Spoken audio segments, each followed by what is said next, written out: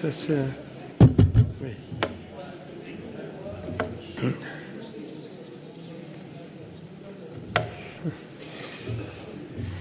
Chers amis, aussi au nom de professeur Burin du Graduate Institute, j'aimerais vous tous souhaiter la bienvenue ici pour la conférence Sergio Vieira de Mello.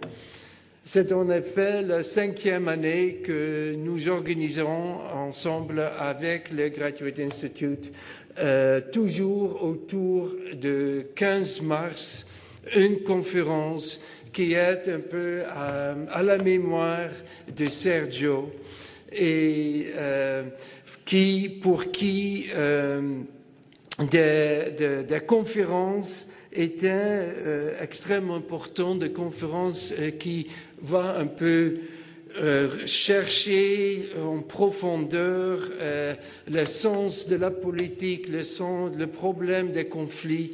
Et il faut dire que je suis très content qu'aujourd'hui nous avons Cornélio Sommaruga qui va nous parler sur la mondialisation des responsabilités. Et l'année passée, nous avons organisé, au même moment que la conférence, nous avons attribué un prix. Le prix Sergio Vieira de Mello, que c'était un ONG irakien qui l'avait reçu. Mais cette année, on a décidé de faire l'attribution d'un prix seulement une fois tous les 2 ans. Et ça sera l'année prochaine que nous organisons de nouveau l'attribution d'un prix. Et l'année prochaine, ça sera en effet le 10e anniversaire de la disparition de Sergio. Comme j'ai dit, aujourd'hui, c'est un ami de longue date de Sergio qui va nous parler, une personnalité ici à Genève, Monsieur Cornélio Sommaruga, qui on ne nécessite pas à peine une introduction, mais j'aimerais quand même mentionner quelques occupations extrêmement importantes dans lesquelles maintenant il s'occupe. D'abord, bien sûr, il était connu pour nous tous comme président de CCR de 87 à 99. Depuis 2000, il a été très actif dans le centre de Genève de déminage humanitaire et maintenant il est le président honoraire de cette organisation. Et depuis sa création de la Fondation pour le futur, qui se trouve dont le siège se trouve à Amman, et qui œuvre pour promouvoir la démocratie, le droit de l'homme et l'état de droit, surtout dans les pays au Moyen-Orient et l'Afrique du Nord. Et là aussi, maintenant, M. Sommaruga occupe le poste de président honoraire. Et vraiment, cette organisation, bien sûr, a son importance dans la vie d'aujourd'hui avec tout ce qui se passe au Moyen-Orient et l'Afrique du Nord. Et aussi, depuis 2000, M. Sommaruga est très actif dans initiatives et changements internationaux à CO.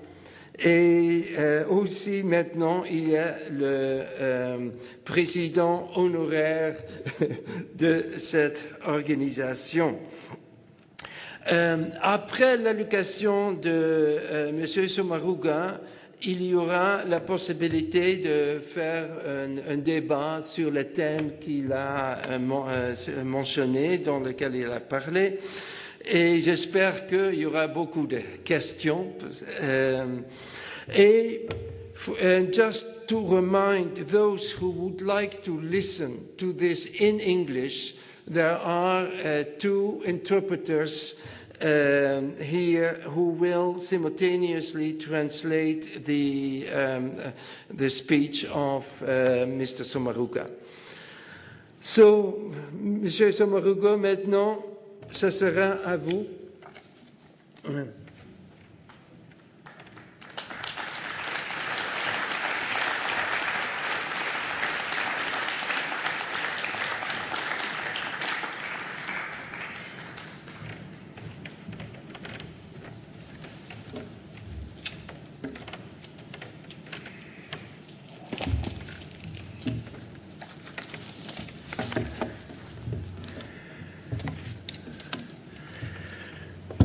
Grüß Gott. Vous serez étonné que ce italophone tessinois que je suis vous salue avec cette expression qui est, au fond, une expression utilisée en Bavière, en Autriche et aussi en Suisse orientale. Si je le fais, c'est que dans les 4 langues que je parle, je n'ai pas trouvé une expression qui puisse, dès le début d'un dialogue, rappeler l'importance du témoignage du Tout-Puissant. Je dis donc à vous tous, ambassadeurs, professeurs, représentants des autorités, mesdames et messieurs, chers amis, un cordial Grüß Gott. Une des premières fois que j'eus rencontré notre regretté Sergio Vieira de Mello, c'était au Vietnam, où nous avions cassé la croûte ensemble jusqu'à tard dans la nuit. En italien, qui fut depuis lors notre langue de communication, nous nous sommes arrêtés sur ma devise CICR, constance, rigueur, humilité. Serge était curieux sur mon choix du 3e terme, humilité. Je lui expliquais que c'était la reconnaissance de ce que, devant les énormes besoins humanitaires du monde, le Comité international de la Croix-Rouge et moi en particulier devaient être conscients de l'impossibilité d'agir partout et que, fort heureusement, il y avait d'autres acteurs humanitaires, en premier lieu le HCR, qui faisait un excellent travail, notamment dans le domaine de la protection. Nous nous sommes par la suite revus souvent, non seulement à Genève, mais je me rappelle surtout une rencontre à Sarajevo en 1993, où Serge était directeur politique de l'UNPROFOR, et où la question de l'humilité et mon interprétation de ce terme étaient de pleine actualité, notamment à cause du pont aérien de l'HCR que j'avais personnellement utilisé. Avec le général commandant, c'était le général Blickman et Sergio, le dialogue portait sur comment faire avancer la paix par l'action humanitaire. Nous étions d'accord de constater que la peur et l'indifférence étaient souvent l'origine d'injustice et pauvreté, comme aussi de la détérioration de l'environnement et de nombreux conflits. Il fallait s'attaquer aux causes profondes de cette peur.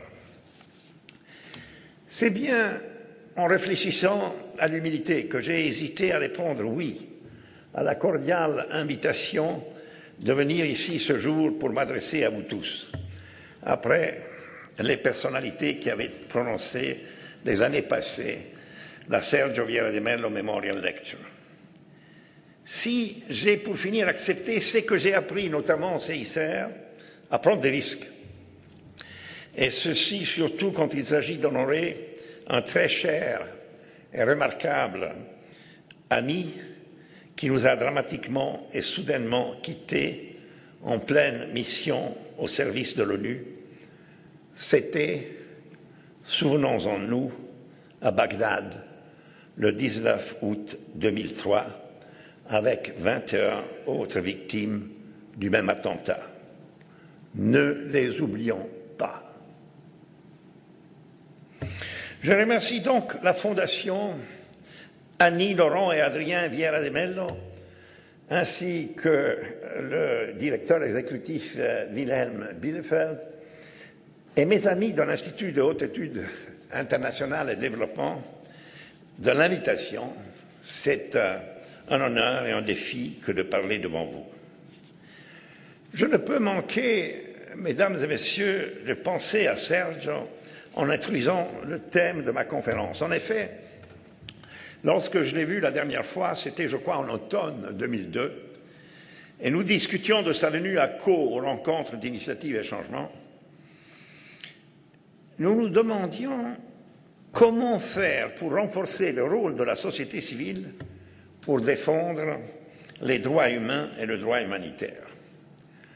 Nous étions d'accord qu'une société civile responsable et dynamique puisse contribuer à consolider la démocratie et la bonne gouvernance, qui sont des éléments essentiels dans une dynamique de paix. Mais également que la société civile peut être la clé d'une économie inclusive, d'une économie de développement durable et d'un indispensable dialogue interculturel. Mon appel pour la mondialisation des responsabilités lui était connu. En effet, reconnaissons-le, mesdames et messieurs, malgré le fait que la mondialisation est généralement présentée comme un fort moteur de croissance et de développement, ce qui n'est pas faux, les effets secondaires négatifs de ce processus, qui ne peut pas être arrêté, sont nombreux, comme le sont aussi les conséquences de la nouvelle crise économique financière de l'Occident. Particulièrement dans les pays les plus pauvres et sur la population la plus vulnérable qui vit dans la misère, même chez nous en Occident, c'est toute la question de la soutenabilité sociale de la mondialisation, même si elle change de nature et devient le bazar global, surtout là où des régimes d'oppression imposent le silence. Dans une pièce Grove Play de Prague and England, jouée la première fois à San Francisco en 1985, pièce dénommée Solferino, il y a une affirmation de Henri Dunant que je tiens à vous présenter à ce stade de ma conférence, et je cite « Un homme tout seul, une voix si faible, et si mon cœur c'est moi, ne peux-je rejoindre les autres? Ma conscience de frère ne peut-être être remuée. » Et je poursuis en anglais. « This is my place. One man can make a difference. » Fin de citation. Par cette phrase, vous comprenez bien, mesdames et messieurs, que je crois fermement à la société civile et à son rôle. La société civile, dirais-je même que c'est une superpuissance, telle l'opinion publique, car c'est le pouvoir des cœurs et de la volonté de la majorité des peuples du monde. Les victoires de la société civile sont le triomphe du courage civil. Les peuples, en effet, ont droit à la paix. Et reconnaissons-le,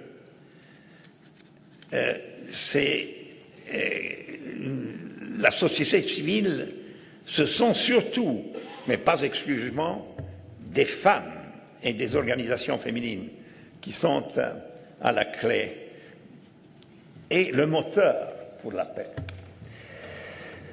Devant les défis toujours plus complexes pour assurer la sécurité et les acteurs actifs ou passifs, eux aussi, plus nombreux, l'État, tout en restant le principal dispensateur de sécurité, ne peut plus se limiter à se préoccuper exclusivement de sa sécurité territoriale. La sécurité de l'État évolue donc vers le concept élargi de la sécurité des gens, ce qui correspond aussi à une prise de conscience du rôle que les personnes individuellement ou en communauté peuvent jouer dans la conduite des affaires nationales et même internationales.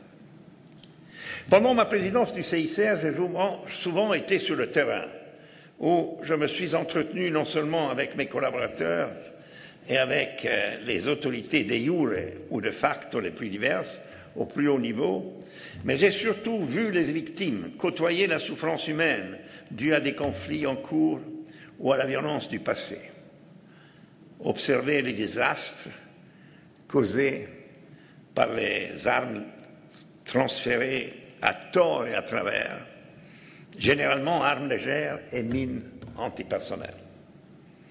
Tout cela m'a donné l'occasion de réfléchir aux armes qui causent des maux superflus, comme les mines terrestres, ce qui m'a amené à lancer l'appel de février 1992 pour une prohibition totale de ces engins meurtriers. Un collaborateur local à Huambo, en Angola, en discutant sur les armes, m'a interpellé avec la question peut-être rhétorique mais pertinente. Je le cite, « Quels sont les plus grands criminels? Ceux qui vendent ces instruments de mort et qui s'enrichissent par ce biais, ou bien ceux qui les achètent et qui s'en servent ?» Et que dire, mesdames et messieurs, des catastrophes écologiques, toujours plus fréquentes, là où l'homme en est souvent à l'origine. N'ignorons non plus les préoccupations légitimes pour les altérations climatiques et les conséquences dramatiques des hausses de prix des denrées alimentaires de base. Je vais aussi mentionner les conséquences graves de toute forme d'épuration ethnique et constater l'oppression parfois violente exercée sur des adversaires politiques avec détention abusive dans des cachots abominables. Il est vrai qu'on ne peut affirmer catégoriquement qu'il existe une causalité sans faille entre pauvreté et conflit. Mais il est évident que l'exclusion et le désespoir sont souvent une cause de violence. De plus, de nos jours, l'humiliation qui a été longtemps refoulée conduit souvent par la radicalisation qui témoigne d'impatience au terrorisme. Il suffit de regarder autour de nous. L'humiliation porte à renier toute forme de dialogue qui devrait être l'arme des faibles. Oui, chers amis, le dialogue me semble la seule façon intelligente et raisonnable pour résoudre les conflits d'intérêts entre hommes, femmes et nations. Réfléchissons au contexte international dans lequel nous ne pouvons oublier la misère, la faim, la soif et les pandémies infectieuses. Nous devons constater les conséquences de la vertigineuse mondialisation en cours, j'y reviens, avec tous les dangers qu'elle implique, notamment si on laisse libre cours au fondamentalisme du marché, particulièrement dans l'activité de négoce de matières premières. C'est pour cela que je ne cesse d'en appeler, et vous l'avez entendu, et j'insiste, à la mondialisation des responsabilités. Responsabilité des gouvernements, certes, mais également et comment des forces politiques, des milieux économiques, des médias, des universités et des écoles, des religions et des confessions, bref, de la société civile. Responsabilité, last but not least, de chaque être humain individuellement dans ce monde, d'agir, particulièrement dans les sociétés ouvertes, en intervenant dans le débat public et dans la construction des décisions politiques.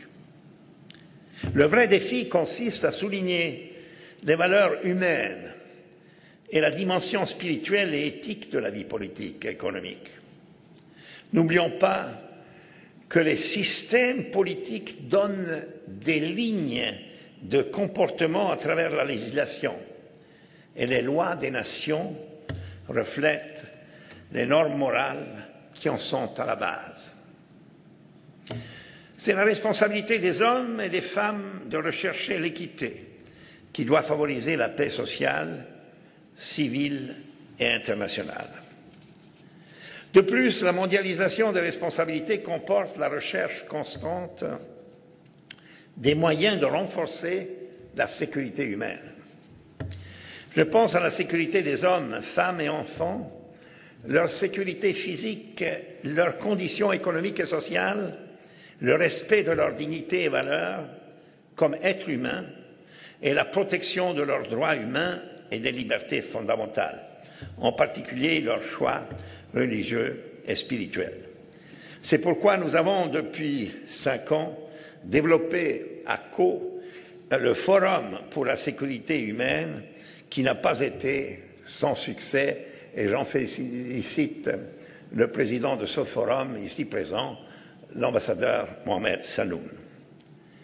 La sécurité, j'y reviens, est encore trop souvent perçue comme un moyen défensif contre un ennemi à éloigner par la force militaire, en dressant des murs et des barricades.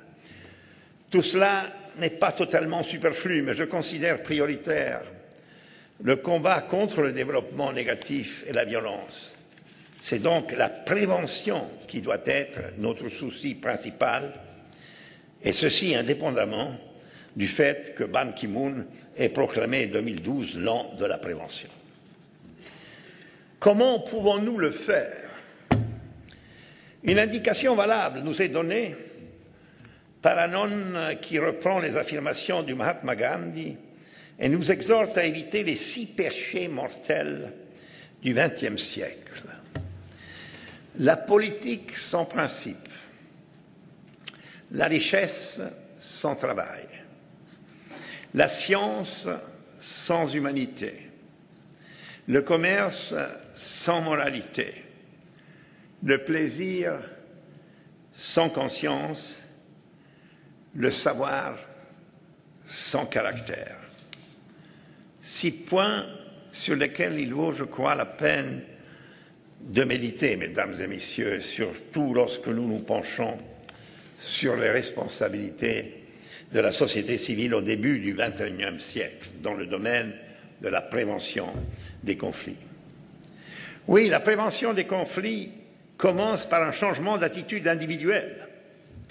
Ce sont donc des femmes et des hommes qui sauront renoncer à leur propre intérêt en agissant pour le bien commun et en mettant comme priorité le changement social. En tant que citoyen suisse, j'ai parfois la curiosité de relire notre nouvelle constitution fédérale décidée par peuple et canton en 1999. Elle débute par l'affirmation « Au nom de Dieu Tout-Puissant ». Elle continue dans un point du préambule. Elle contient une phrase qu'il vaut la peine de rappeler. Je cite « Le peuple et les cantons suisses résolus à renouveler leur alliance pour renforcer la liberté, la démocratie, l'indépendance et la paix, dans un esprit de solidarité et d'ouverture au monde. » Fin de citation. Il est aussi question de respect de l'autre et d'équité, de valeurs fondamentales qui doivent rester au centre des préoccupations de la société civile. Le respect nous appelle à connaître notre propre valeur et honorer celle des autres. À côté des valeurs souvent citées dans cette conférence comme responsabilité et humilité, je voudrais souligner pour la société civile la tolérance. C'est en faisant un effort de comprendre l'autre sans parti pris que l'homme tolérant attire l'attention de quelqu'un de différent et accepte le dialogue. La tolérance, pour moi, n'est pas un signe de faiblesse, mais au contraire, elle demande beaucoup de courage et d'engagement pour ne pas refuser d'emblée quelqu'un de différent. C'est un élément important de la prévention des conflits, mais aussi une ouverture à la réconciliation. Nous devons tous, et nous Suisses en premier lieu, si nous voulons être en ligne avec notre Constitution, combattre l'infection latente causée de la propension à exclure l'étranger. Nous devons au contraire toujours savoir reconnaître l'apport culturel et humain qui vient du voisinage de religions, races et cultures différentes. N'oublions pas dans ce contexte l'importance du pardon. Il n'y a pas de paix sans justice. Il n'y a pas de paix sans pardon. Et il ne peut y avoir de pardon avec des réserves mentales. De plus, il ne peut y avoir de paix sans engagement des femmes, en reconnaissant leur rôle essentiel dans la démarche de réconciliation. Je vous dis ça avec conviction, malgré la stupeur, la compassion et la rage initiale que des événements comme ceux du 11 septembre aux USA et ceux très graves qui ont suivi en tant de régions du monde ont suscité en moi. Oui, pardon, ce qui ne signifie pas oublier. La paix durable, laissez-moi le souligner, commence dans l'esprit des hommes, des femmes, dans l'esprit des jeunes, dans la société civile. Elle ne peut s'obtenir sans la sauvegarde de la libre communication des êtres humains et le respect de la dignité des personnes et des peuples. C'est là où je voudrais aussi insister sur la responsabilité des dirigeants de banques et d'entreprises, notamment aussi ceux des compagnies de négoce en matière première, en premier lieu quant à leur rémunération, dans un monde qui connaît beaucoup de pauvreté. C'est aussi de leur responsabilité de défendre le respect des droits humains et le respect de l'environnement dans toutes les filiales partout dans le monde et de se tenir aux normes de la dignité du travailleur, notamment là où ce concept n'est nullement à l'ordre du jour, et surtout de respecter les lois locales sans faille. Aussi dans le domaine fiscal. Donc, dans ce contexte, il est bien de rappeler les principes directeurs sur l'économie et droits de l'homme adoptés par le Conseil des droits de l'homme de l'ONU qui s'adresse aux entreprises et au gouvernement. Et puis, le postulat pour tous de ne pas hésiter à se lancer dans un dialogue interculturel et interreligieux tolérant et sincère qui est avant tout une richesse, mais dialogue aussi nécessaire pour désamorcer les phénomènes nocifs d'intolérance et de fanatisme religieux. Ce sont donc les hommes et les femmes de nos sociétés qui doivent unir leurs forces avec celles des institutions pour faire barrière au conflit armé et à une forme encore plus odieuse de conflit qui est le terrorisme, mais aussi à la violence tout court. En effet, la violence de l'homme contre l'humain atteint à ce jour un seuil désastreux. La lutte contre la violence doit donc devenir une priorité absolue dans nos sociétés et notamment dans la communauté internationale par la voie de la coopération multilatérale. Et la société civile ne peut pas négliger une menace essentielle qui demande une action urgente, la prolifération de la corruption. Et puis, chers amis, il faut se demander quelles doivent être les priorités pour la communauté internationale pour ce XXIe siècle, qui, je ne suis certes pas le seul à le prétendre, a fort mal commencé. La réponse, je la trouve dans le remarquable discours de Kofi Annan à Oslo, lors de la remise à lui-même et à l'Organisation des Nations Unies du prix Nobel pour la paix du centenaire. Il y dit textuellement, et je le cite, « Il faut un monde débarrassé de la pauvreté, pour que tous les hommes et toutes les femmes puissent exploiter leur potentiel. Il faut que les droits de l'homme soient respectés pour que les différends puissent être réglés dans l'arène politique par des moyens pacifiques. Il faut un environnement démocratique, fondé sur le respect de la diversité et la concertation, pour que les individus puissent s'exprimer librement, choisir le gouvernement qui leur convient et jouir de la liberté d'association. Fin de citation.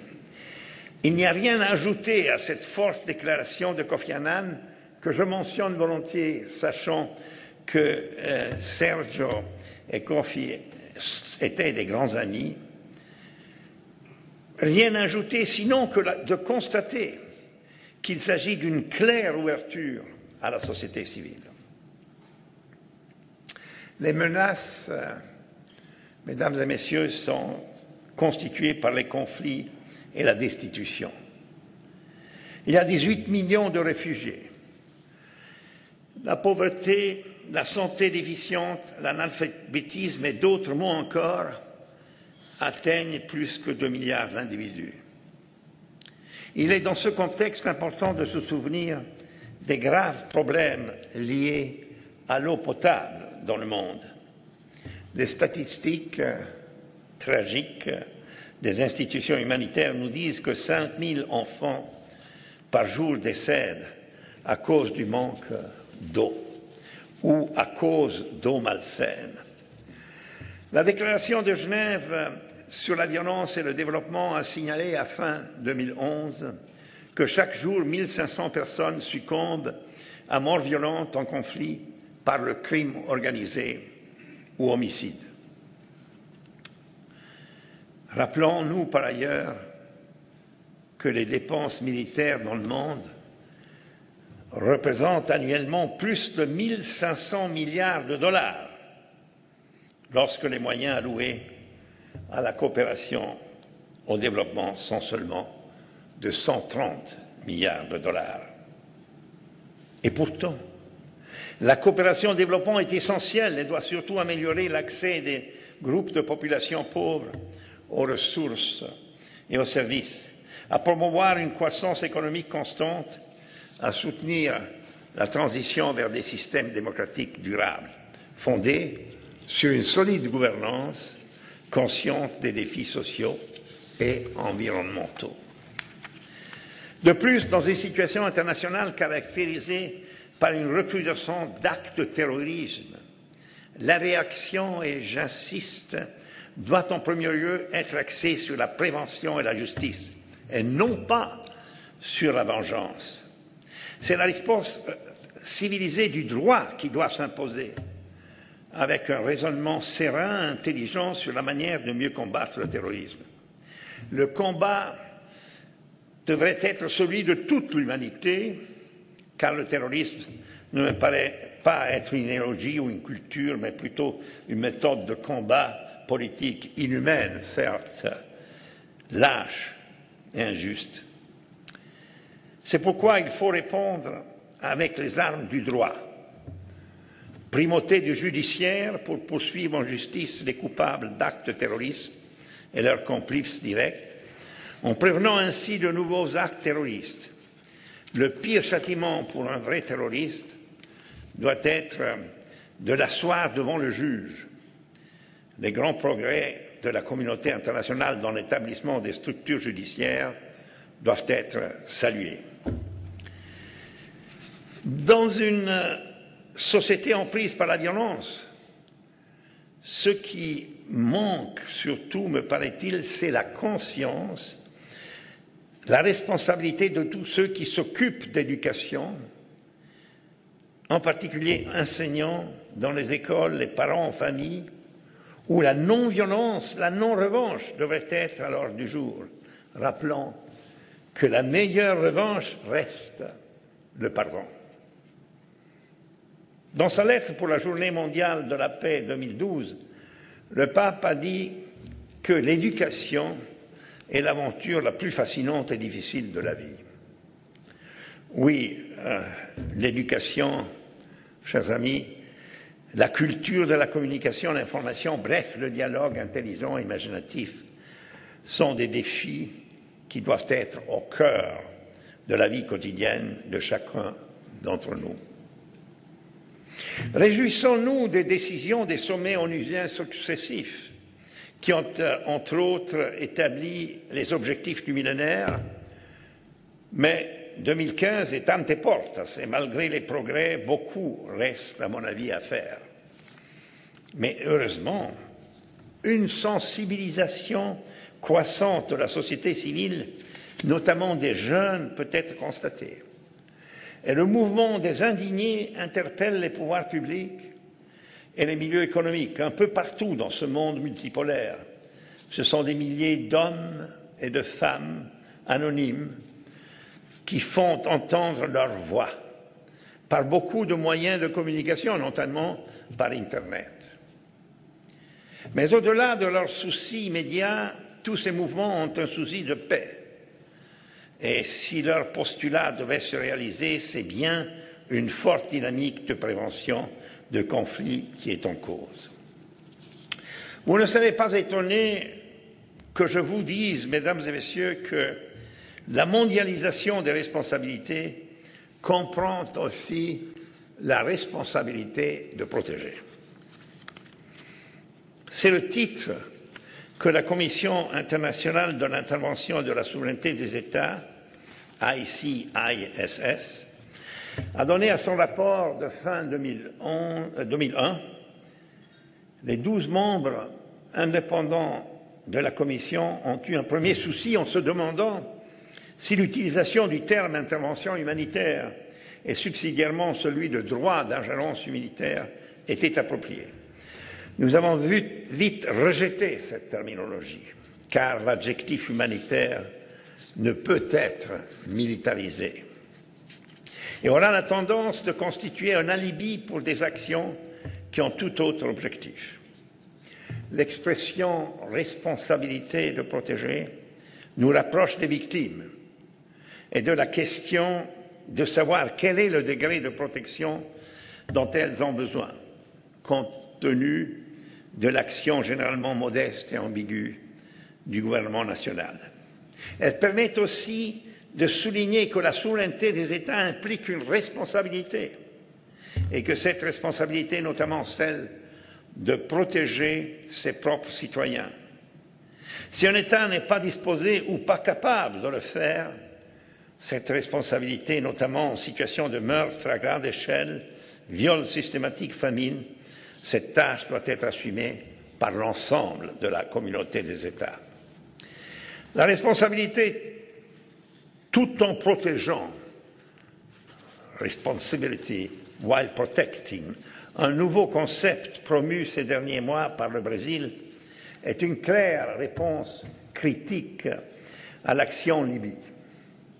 Nous pouvons nous réjouir que tous les principes qui y sont énoncés nous ramènent au rapport 2001 sur la responsabilité de protéger de l'ICISS qui semblait plus ou moins oublié dans le cadre de l'ONU. La responsabilité de protéger comprend 3 obligations particulières. La responsabilité de prévenir tout d'abord, puis la responsabilité de réagir devant des situations où la protection des êtres humains est une impérieuse nécessité, en prenant des mesures coercitives comme les sanctions, et dans des cas extrêmes, l'intervention armée. Et enfin, la responsabilité de reconstruire en fournissant, après une intervention, une assistance à tous les niveaux afin de faciliter la réconciliation et la reconstruction aussi des structures étatiques en agissant surtout sur les racines du mal pour des solutions à courte, moyenne et longue échéance. Je vous en parle, mesdames et messieurs, surtout parce qu'en analysant les priorités, nous avons à l'époque insisté sur la prévention et sur la nécessité d'épuiser tous les moyens, notamment diplomatiques, avant d'envisager une intervention, en soulignant l'importance d'avoir plus de ressources et de détermination pour la prévention. Après nos consultations autour du monde avec la participation de représentants de la société civile qui ont démontré une réelle ouverture à des interventions ciblées dans des conditions déterminées, nous nous sommes attelés au principe pour l'intervention armée, mesure exceptionnelle et extraordinaire. Nous n'avons pas envisagé une intervention armée de l'ONU, mais largement préconisé une action par des organisations régionales ou sous-régionales, mais exclues des actions individuelles. En effet, le groupe de travail Brahimi pour les opérations de paix de l'ONU, auquel j'avais participé en 2000, avait dit clairement « The UN does not wage war ». La commission Brahimi me fait à nouveau penser à Serge lorsque nous avions demandé des rapports à toutes les missions de paix de l'ONU. Le meilleur, par concision, précision, ponctualité et clarté, était celui de Timor, signé par Sergio Vieira de Mello. Ce qui nous fit regretter que ce n'était pas lui à rédiger le rapport du Kosovo, qui démontrait beaucoup de lacunes, juste dans une région qui comportait pour l'ONU beaucoup de défis. Lui avait déjà quitté le Kosovo. Le document sur la responsabilité de protéger touche à des questions fondamentales, discutées ces dernières années, notamment en relation avec les interventions militaires contre la Serbie à cause de la crise du Kosovo et à Timor-Est, mais aussi, comme le demandait le secrétaire général de l'ONU, du Rwanda et de la Bosnie-Herzégovine. La question à ce point doit surgir, chers amis, quid de la Libye? Je suis d'avis que le secrétaire général de l'ONU a trop vite affirmé que la résolution 1973 était historique, car pour la première fois, la responsabilité de protéger aurait été invoquée. Trop de manquements dans les prémices, notamment dans la prévention et dans l'exécution et maintien de la reconstruction, mais aussi dans le fait qu'il y avait et continue à avoir deux poids et deux mesures, double standards, en relation avec les pays du printemps arabe, m'ont laissé un goût amer dans la bouche. Et j'aurais vraiment préféré qu'on ne crée pas un précédent en invoquant ce principe sans se tenir à des règles claires. Pour les erreurs en Syrie, je ne peux que déplorer avec fermeté les violations des droits de l'homme, comme c'est aussi le cas au Bahreïn, dont on parle peu. La solution en Syrie ne peut venir que par un dialogue vrai, inclusif, qui garantisse le respect des droits humains à l'égard de toute la population du pays. Jusque-là, il est inadmissible que les organisations humanitaires, malgré les efforts de Kofi Annan et de Jakob Kellenberger, ne puissent accéder aux populations affectées par le conflit. Sur la scène internationale, vous le savez, mesdames et messieurs, et j'en ai parlé, il est trop souvent question de violence dans plusieurs régions du monde, de dignité humaine violée. Souvent, la religion est invoquée pour couvrir des attaques contre adversaires politiques ou tout simplement des conflits armés. C'est pourquoi je veux conclure par un rappel qui me semble être un encouragement pour la société civile en vue de la prévention des conflits. Conscients de leur responsabilité et de la tradition de l'esprit de Genève, les représentants de toutes les religions et confessions présentes au bout du Léman et de la société civile internationale, représentés par la haut-commissaire aux réfugiés, la haut-commissaire aux droits de l'homme et le président du CICR que j'étais, ont en 1999 déjà lancé dans la cathédrale Saint-Pierre l'appel spirituel de Genève, qui a depuis lors solennellement été rappelé à plusieurs occasions. Appel qui dit je cite, « Nous, représentants des communautés religieuses et représentants de la société civile, demandons aux décideurs planétaires, quel que soit leur champ d'activité, de respecter de manière absolue les 3 préceptes suivants. Ne pas invoquer une force religieuse ou spirituelle pour justifier la violence quelle qu'elle soit. Ne pas se référer à une force religieuse ou spirituelle pour justifier toute discrimination et exclusion. Ne pas user de sa force, de sa capacité intellectuelle ou spirituelle, de sa richesse ou de son statut social pour exploiter ou dominer l'autre. Cet appel, qui s'inscrit dans la tradition d'accueil, d'asile et de compassion de Genève, est ouvert à toute personne dont les convictions s'accordent avec ces termes. Jusqu'ici, les termes de l'appel. Sadako Gata, Mary Robinson et moi-même étions heureux que dans ces sombres mois de fin du siècle, on puisse être associé à une action interreligieuse de haute tenue morale qui avait un fort élément de prévention. J'ai donc aussi voulu vous dire ce soir, chers amis, que devant le drame de tant de victimes de conflits armés, du terrorisme, de la pauvreté, de l'exclusion et d'autres formes de violence, les jeunes, des hommes et des femmes rassemblés par un même idéal, construit sur des principes éthiques, peuvent être les pionniers de la prévention et d'une société de justice et de réconciliation, notamment par le dialogue et le pardon. Ils doivent savoir prendre leurs responsabilités. Meilleurs vœux de réussite à vous tous dans le souvenir impérissable de Sergio.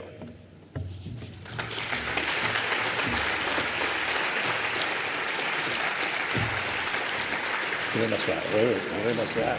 Je suis en train de recueillir mes feuilles. Je suis désolé. Je vais prendre un verre.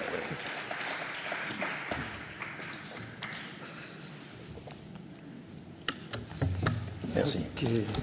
Je vais m'asseoir. Oui. Merci beaucoup, Cornelio Sommaruga, pour cette allocation importante, l'importance de la mondialisation des responsabilités. Vous l'avez bien expliqué sous tous ces aspects, et où on doit faire face, où on doit guider ce processus qui est en route, qui continue, mais qui a aussi ses dangers, et on doit en être extrêmement conscient. Et aussi, on voit ça aujourd'hui, même ici dans les pays environnants, où il y a justement un problème de populisme, un problème de gens qui ont peur de cette mondialisation et qui ont une réaction. Et c'est même plus important aujourd'hui de vraiment s'appliquer, guider ce processus pour que ça mène et ça continue à aller en bonne route.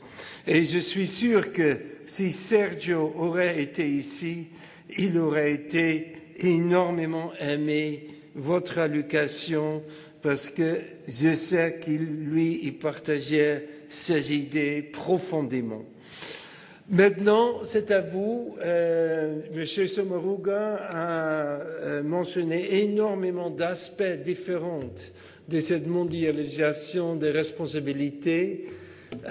On aimerait avoir vos idées, vos commentaires, vos questions là-dessus. C'est à vous.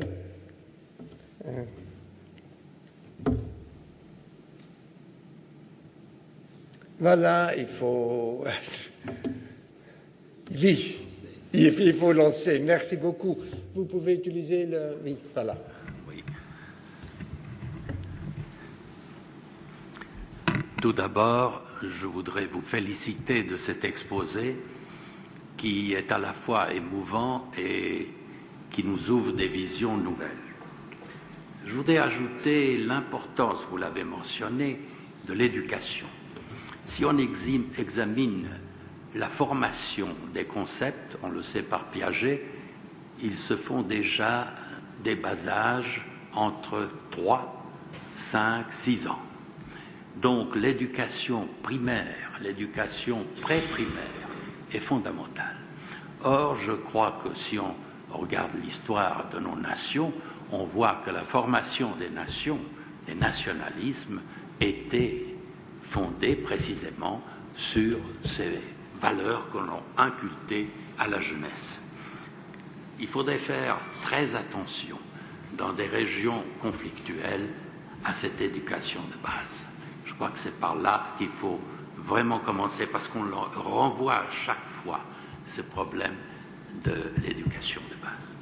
Là, par exemple, vous avez le cas de la main à la pâte. Je ne sais pas si vous connaissez ces méthodes où, en dehors de l'introduction à la méthode logique et scientifique, il y a un aspect de dialogue entre les jeunes et le professeur qui se développe et qui permet l'apprentissage du respect de l'autre.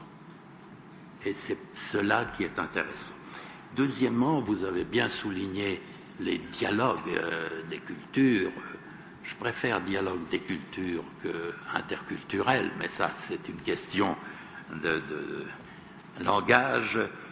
Je crois que c'est aussi fondamental. Il faudrait le développer à tous les niveaux, pas seulement dialogue des grandes civilisations et grandes cultures, mais pénétrer dans nos sociétés plus profondément. Je voudrais quand même vous demander, vous avez beaucoup mentionné la coopération multilatérale d'autres types. Pour ma part, je pense qu'il faut dépasser la coopération. La coopération est trop fondée sur l'idée des souverainetés nationales, l'État-nation. Et nous avons vu les dégâts que ces concepts ont créés dans certaines régions, notamment dans les Balkans, où il a été mal interprété, où on a imposé les choses. Et c'est pourquoi, personnellement, je me demande s'il ne faut pas aussi réfléchir aux exemples que nous avons en Europe, notamment l'Union européenne. Quand même, 60 ans de paix ou plus en Europe, c'est un acquis considérable. Et il s'agit d'intégration, il s'agit de partage de souveraineté et pas uniquement de l'intergouvernemental. Qu'en pensez-vous de ces quelques remarques à propos de votre... Merci, cher professeur Svidanski, d'avoir amené votre discours jusqu'à l'Union européenne. Je m'attendais à cela. Mais vous avez parfaitement raison, parce que, au fond, dans cette recherche de coopération en dépassant les souverainetés nationales, l'Union européenne, la communauté d'abord, était et continue à être un très grand exemple. Et du reste, je voudrais appeler à tous les Suisses qui s'occupent toujours des problèmes que la Suisse a avec l'Union européenne, de ne pas oublier tout ce que de positif l'Union européenne a amené à l'Europe tout entière, y compris à la Suisse. Donc, coopération, oui. Je pense aussi que vous avez raison de mentionner l'importance des premiers âges avec le début d'un dialogue. Et je dirais que dans ce qui se passe maintenant dans les systèmes de communication au sein des écoles, parfois le problème qui est posé, ce sont les livres d'école. Il faudrait revoir tout ce qui est dans ces livres qui sont généralement très nationalistes et qui donc n'incitent pas à ce que moi j'ai appelé, au fond, le pardon mutuelle et dépasser cela.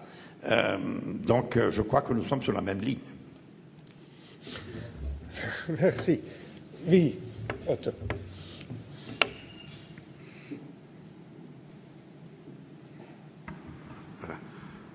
Monsieur Sommaruga, moi aussi j'aimerais vous féliciter, vous remercier pour votre discours.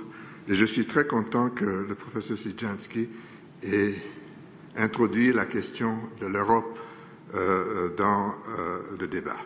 J'aimerais introduire ou poser une question par rapport aux petits pays.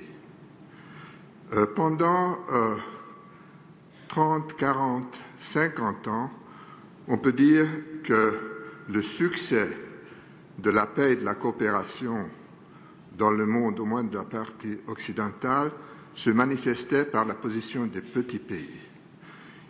Entre 1900, fin des années 40 et la fin de la guerre froide, il n'a jamais été aussi bien d'être un petit pays. On vivait en sécurité, on n'avait pas peur de ses voisins, et en même temps, on a bénéficié de l'intégration, le libre mouvement, et en fait, on pouvait aussi faire la démonstration que les problèmes, les différences, les tensions se résolvent plus facilement en petits pays que sur grande échelle.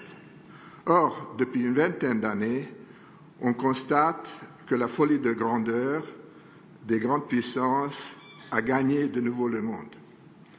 Et notamment l'Europe, qui a compris l'importance de traiter les petits et bien, de nouveau commence à prendre des tons d'arrogance, n'est-ce pas, dans ce domaine. Alors, je ne veux pas énumérer, n'est-ce pas, les différentes manifestations, mais en Suisse, n'est-ce pas, en particulier, on subit ce phénomène, n'est-ce pas, et souvent, la Suisse reçoit des leçons, n'est-ce pas, comment on doit prendre des décisions, comment on doit exercer la démocratie de la part de gens qui sont impatients, qui pensent en termes de puissance, qui pensent en termes de taille. Et je crois que c'est un des dangers les plus grands de la mondialisation, cette folie de grandeur. Merci, professeur Hieronymi. Je suis un peu étonné que vous ayez dit que depuis 1945 jusqu'à la fin de la guerre froide, les petits pays aient toujours eu une vie saine, agréable. Vous, en tant qu'endroit, ne pouvez pas oublier ce qui s'est passé en 1956 chez vous. C'était pas si simple que ça. Et si vous parlez des petits pays, je pense que vous vous référez à ceux de l'Occident et de l'Orient. Comme moi, je parlais tout à l'heure de l'Union européenne, j'incluais aussi la Hongrie. Je ne suis pas de ceux qui se mettent maintenant du côté des grands critiques, parce que les critiques qui viennent de l'Union européenne, peut-être sont-elles en partie justifiées, mais en tout cas, c'est les grands pays qui poussent à cela, et nous avons déjà vu ce qui s'est passé autrefois avec l'Autriche. C'est quelque chose, à mon avis, d'inacceptable. Maintenant, je pense que pour ce qui est de la Suisse, je suis plus optimiste que vous. Je ne vois pas des leçons qui nous viennent de la part des grands pays de l'Union européenne, sauf que peut-être quelques allusions, mais je pense que c'est une relation qui est sereine, malgré les problèmes qu'il y a, mais il faut résoudre les problèmes. Ce qui est plus préoccupant parfois, c'est ce qui se passe au Conseil des droits de l'homme, où dans les examens des pays, il y a des prises de position qui sont très dures à l'égard de certains pays et qui proviennent de pays examinateurs qui devraient d'abord faire leur propre examen de conscience. C'est ce qui m'a le plus frappé. Encore des commentaires? Oui, madame. J'ai une question. Dans votre vision de la politique, qui inclut le pardon, qui inclut tous les aspects éthiques que vous nous avez expliqués, y a-t-il de la place pour la réelle politique, comme on l'a vu si souvent dans notre histoire européenne? Je crois qu'il faut accepter, ma chère Chantal, l'examen, le fait que la réelle politique est celle qui influence les gouvernements constamment. Mais ceci ne doit pas signifier de renoncer à ces valeurs fondamentales dont je vous ai parlé, et surtout pour la société civile. Au fond, c'est les hommes et les femmes du monde qui doivent prendre ces différentes valeurs et les faire et les pousser pour qu'ils viennent à réalisation dans un avenir que j'espère pas être trop lointain. Là, au fond, oui. Merci. Merci beaucoup pour avoir partagé avec nous toutes ces années d'expérience et d'engagement à la mémoire de Sergio. Ma question est, quand vous parlez de ce rôle de la société civile dans ce contexte de globalisation, on remarque de plus en plus la recrudescence de l'identitaire au sens le plus étroit et le plus meurtrier. L'identitaire vraiment meurtrier qui ressuscite tellement de conflits. Je me demande comment on pourrait, à travers le travail des sociétés civiles, redimensionner l'universel en contrepartie pour que toutes ces identités meurtrières qui se dégagent et qui aboutissent à des conflits puissent se souvenir aussi de dimensions plus universelles, transcender l'identitaire, très étroit, parce que j'ai le sentiment, des fois, qu'il y a 30 ans, cette sens de solidarité universelle était plus facile à susciter chez les gens. Maintenant, le particularisme, l'identité étroite, le rejet de l'autre gagnent beaucoup de terrain et nourrissent beaucoup les conflits. Merci. Bon, je vais vous répondre très brièvement. Je crois que dans toute démarche de caractère politique, et je considère cette mondialisation des responsabilités aussi une démarche politique avec un petit p, il ne faut jamais oublier l'histoire. Il ne faut pas regarder en arrière, mais il ne faut pas oublier ceux qui ont été les expériences positives ou négatives de l'histoire. Et c'est bien là que doit se construire toute action de la part de la société civile. Et la société civile est très large.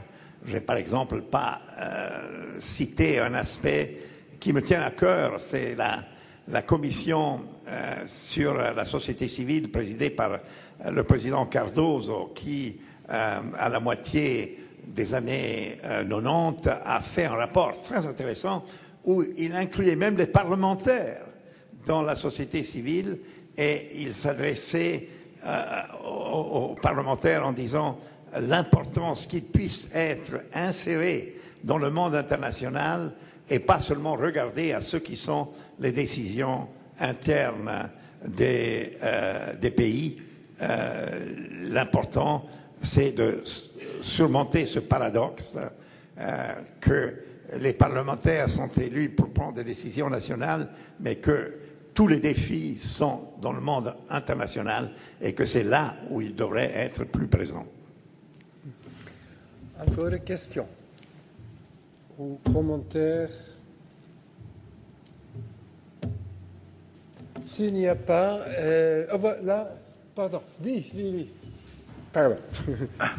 Non, je voulais beaucoup remercier effectivement Cornelio Sommaruga de cette inspiration qu'il amène d'ailleurs depuis des années dans tous ses exposés et dans toute son action.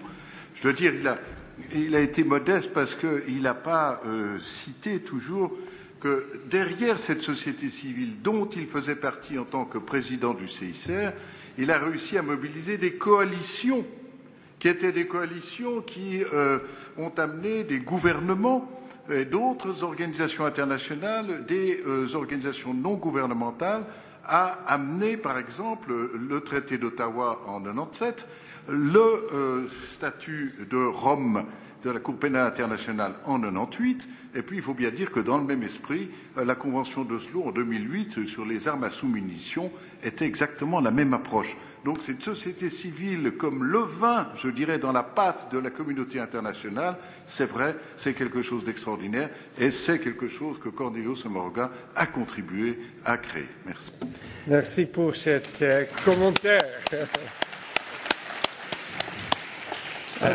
Merci Michel. Je voudrais simplement te dire qu'en effet, la participation de moi-même comme président du CICR au lancement de ces différentes conventions que tu as mentionnées, en particulier le statut de Rome, de la Cour pénale internationale, où je me suis très engagé, déjà ici à Genève avec la Commission de droit international et puis à Rome, ont été quelque chose d'extraordinaire parce qu'on voyait que les gouvernements, comme dans la Convention d'Ottawa et plus tard dans la Convention d'Oslo pour les sous-munitions, les gouvernements s'ouvraient à la société civile.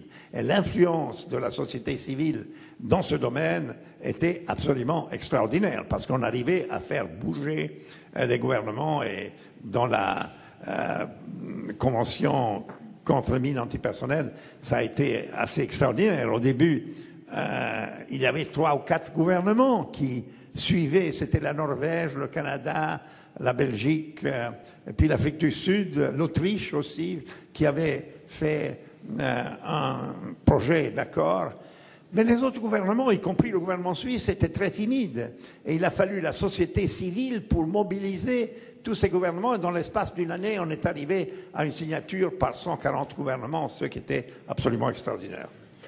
Annie.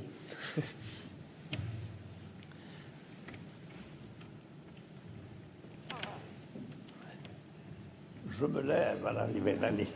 Surtout pas.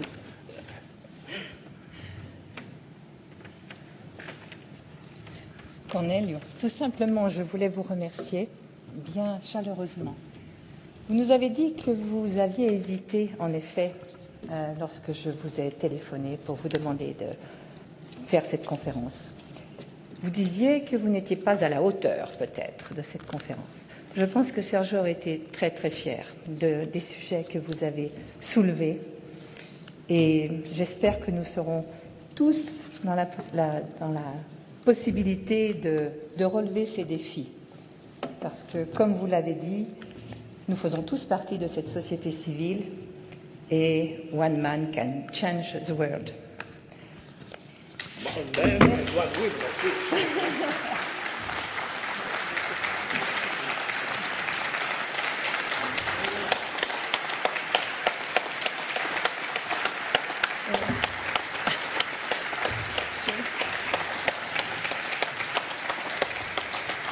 Et merci beaucoup à vous tous aussi qui continuez année après année à soutenir la Fondation et à apporter votre contribution. Merci beaucoup et puis peut-être à l'année prochaine à nouveau.